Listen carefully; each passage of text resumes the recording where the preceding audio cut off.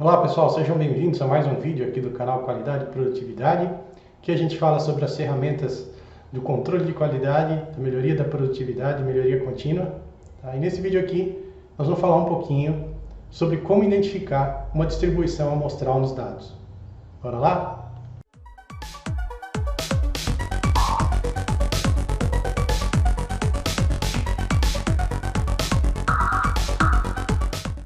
Muito bem, pessoal, vamos lá então para mais um vídeo aqui do canal, tá? Dessa vez vamos aprender aqui como identificar uma distribuição, tá? A partir dos dados aqui que não seguem uma distribuição normal, tá? Então, vou mostrar aqui um exemplo prático, tá? Utilizando o mesmo conjunto de dados, então vou chavear aqui agora a tela para o Minitab, tá? Para a gente aprender, tá? Como identificar uma distribuição, tá? A partir de um conjunto de dados aqui, tá? Então nota que a coluna C1 tem aqui os dados, né? Já utilizados aí na aula sobre a transformação de Johnson, sobre a transformação de Box-Cox também, tá? E nos dois casos, né, nós fizemos transformações desses dados para que eles se tornassem normais, tá? Mas muitas vezes existe uma distribuição que pode ser atribuída a esses dados aí, tá? Então existem maneiras aqui, né? O software, o Minitab ajuda a gente a identificar essas distribuições aí, tá? E o que nós vamos ver agora é justamente esse comando aí, tá? Então para checar, né, qual é a distribuição desses dados aqui, ó, tá? Nós vamos vir aqui no menu Stat, tá? Ferramentas da qualidade, tá? E aqui existe um comando aqui, ó, identificação de distribuição individual, tá? E nós vamos utilizar, tá, esse comando aqui. Então vamos clicar aqui, tá? E vamos escolher aqui, né, a coluna, né? No caso aqui a coluna C1, tá? Tamanho de subgrupo, tá? Como esses dados aqui não estão agrupados, né, em amostras ou subgrupos racionais aí, vamos deixar o tamanho igual a 1, tá? Para que ele considere tudo um grupo só, tá? E vamos escolher aqui, ó, né? Tem algumas opções aqui, tá? A gente pode escolher aqui, por exemplo, usar todas as distribuições e transformações, tá? Ou especificar 4, tá? Que são de sua preferência aí fazer uso, tá? Então eu vou deixar aqui, tá? Usar todas as distribuições e transformações, tá? Do portfólio aqui do Minitab para que a gente possa, né? Olhar os gráficos aí e checar como eles se comportam aí, tá bom? Aqui em opções, tá? Você tem a opção de exibir um gráfico de probabilidade, né, por distribuição ou por gráfico aqui. Você tem a opção de não exibir intervalos de confiança nos gráficos de probabilidade, que facilita um pouco a visualização dos dados, mas eu vou deixar assim mesmo. E alterar o nível de confiança para aderência aqui. No caso aqui, como o nível de confiança está 95%, automaticamente, né, o erro alfa aqui é de 0,05 ou 5%, tá? Aqui em resultados, tá? Você pode pedir para ele mostrar as estatísticas descritivas, os testes de qualidade de ajuste, os parâmetros de distribuição e, se você quiser, né, colocar os percentis para os percentuais aqui, tá? Mas nesse caso aqui vamos deixar só com as 3 padrão aqui mesmo, desculpe, e dar um OK, tá? Então vamos dar um OK aqui e o Minitab vai gerar uma série aqui, né, de gráficos, ó. Vou até expandir a tela aqui para vocês verem, tá? Vai gerar uma série aqui, nesse caso aqui são 4 painéis de 4 gráficos cada, então 16 opções aí, tá? De distribuições aqui, tá? Então vou mostrar aqui, vou abrir, vou maximizar o primeiro, tá? Ele vai mostrar 4 opções aqui, tá? Então nota que o primeiro aqui, né, para uma distribuição normal, tá? E aí tem aqui o p-valor, ó, tá?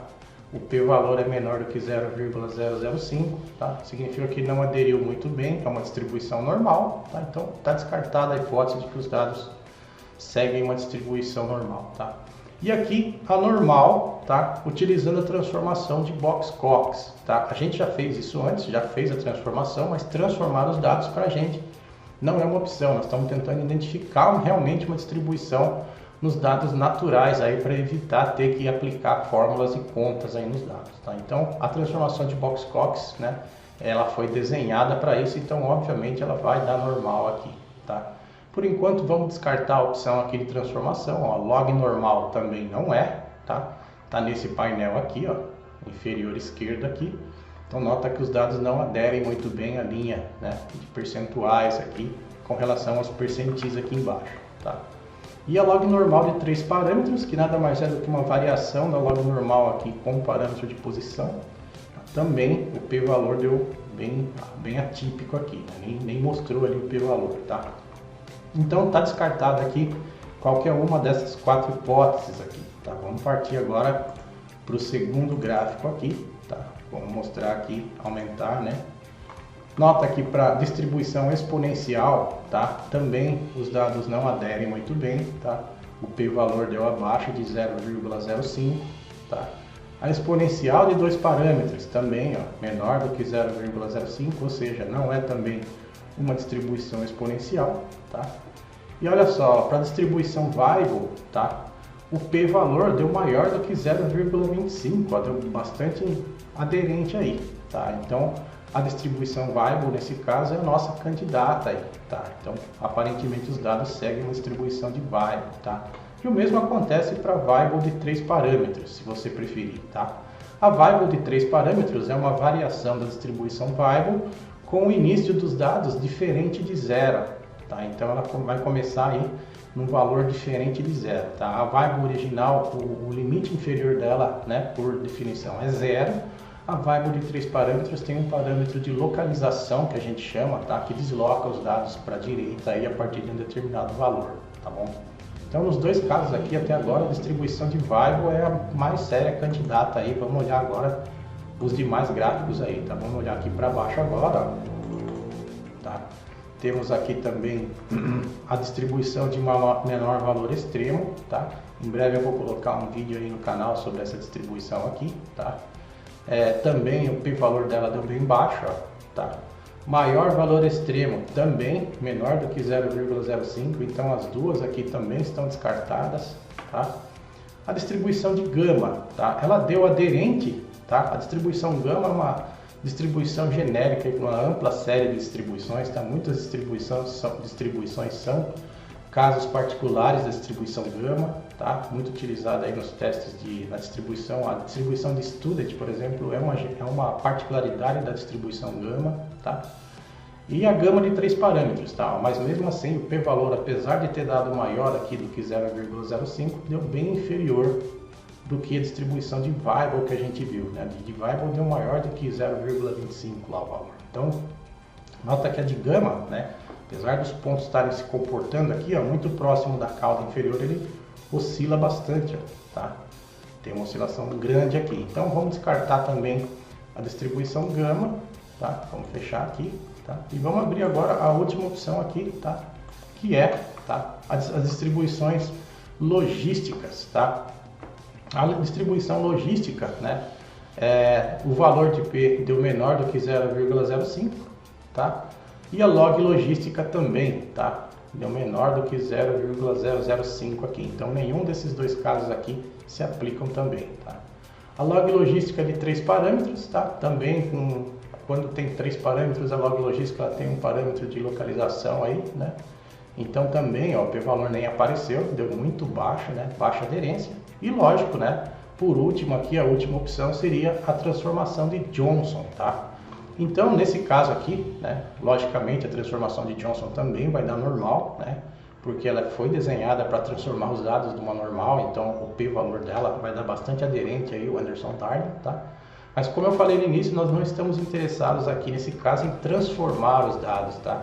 Nós estamos interessados em identificar qual das distribuições aí apresenta o maior p-valor de aderência aí, tá? Então, nesse caso aqui, como nós vimos até agora, né, a distribuição ideal aí para representar esses dados é realmente a distribuição de Weibull, tá? E nesse caso aqui, tá? Vou utilizar, olha aqui, eu vou maximizar de novo, vou utilizar a distribuição de Weibull, tá? Porque o p-valor dela deu maior do que 0,25, bastante maior aí do que 0,005, né?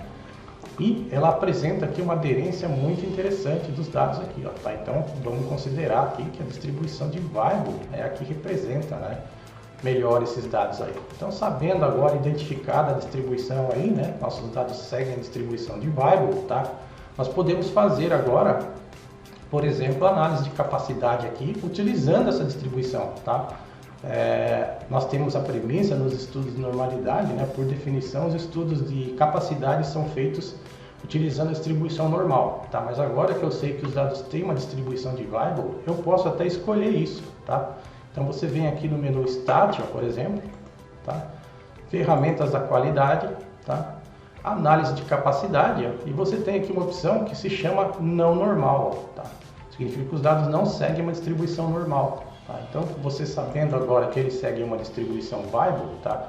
Você pode fazer um estudo de capacidade aqui, ó, coloca uma coluna única, tá?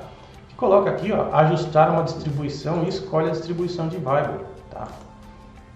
A partir daí, as contas para cálculo do CPK, PPK, né, e todas as outras características, né, os PPMs, vão ser baseados nesta distribuição aqui e não mais na distribuição normal. Como no outro exemplo, né, nós colocamos aqui as especificações, especificação limite inferior 0 e máximo de 6.000, tá? A distribuição de variable para o lado inferior, ela tem um limite em 0 mesmo, tá? Então, se você quiser, você marca aqui, tá?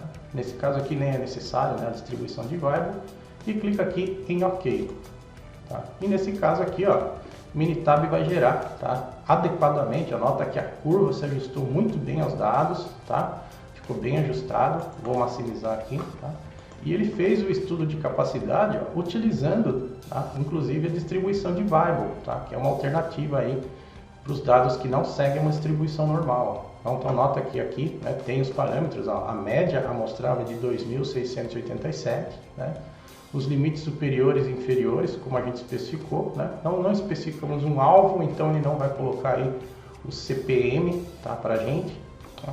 Os parâmetros de forma e escala, né, se você quiser fazer estimativas de probabilidades debaixo da curva aqui, tá? E os PPMs correspondentes aí, tá? Então são 56.666 PPMs possíveis, tá? Acima da especificação, do limite superior da especificação. Para baixo não tem, porque não existem valores menores do que 0 para distribuição de variable, tá? Isso aqui, tá? Esse tipo de análise aqui é muito interessante, por exemplo, para se você tem dados, né, por exemplo, que o limite inferior dele é 0 naturalmente, como é o caso de perpendicularidade, né, cilindricidade, batimento, tá? Então, quando é 0, né, significa que a peça é geometricamente perfeita ali, tá? Então, você não vai ter valores menores, negativos aqui, tá? Então, você sempre mede valores do 0 para cima, tá? E a distribuição de variable, ela é bastante interessante, aqui ela se aplica a bastante casos aqui, tá? Então, basta você fazer a identificação da distribuição amostral, tá? E fazer o estudo de capacidade, tá?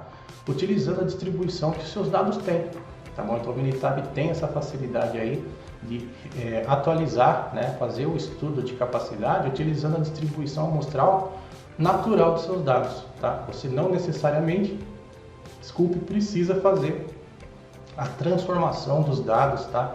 Para que ele se transforme numa distribuição normal e fazer com que os limites de especificação e os limites de controle aí, né, da peça, né, de especificação de desenho, sejam transformados também, tá? Então, nesse caso, é um exemplo bem rápido, bem prático aqui do que fazer, tá? Se os seus dados não são normais e você não tem interesse de fazer transformação nos dados, tá? Utilizando equações ou a transformação, como um exemplo aí do Box-Cox de Johnson, tá?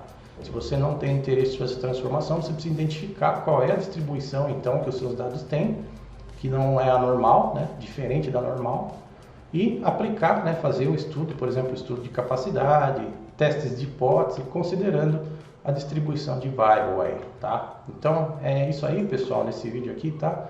Quero aproveitar e pedir mais uma vez para você se inscrever no canal, tá? Deixa seu like se você curtiu o vídeo, tá bom?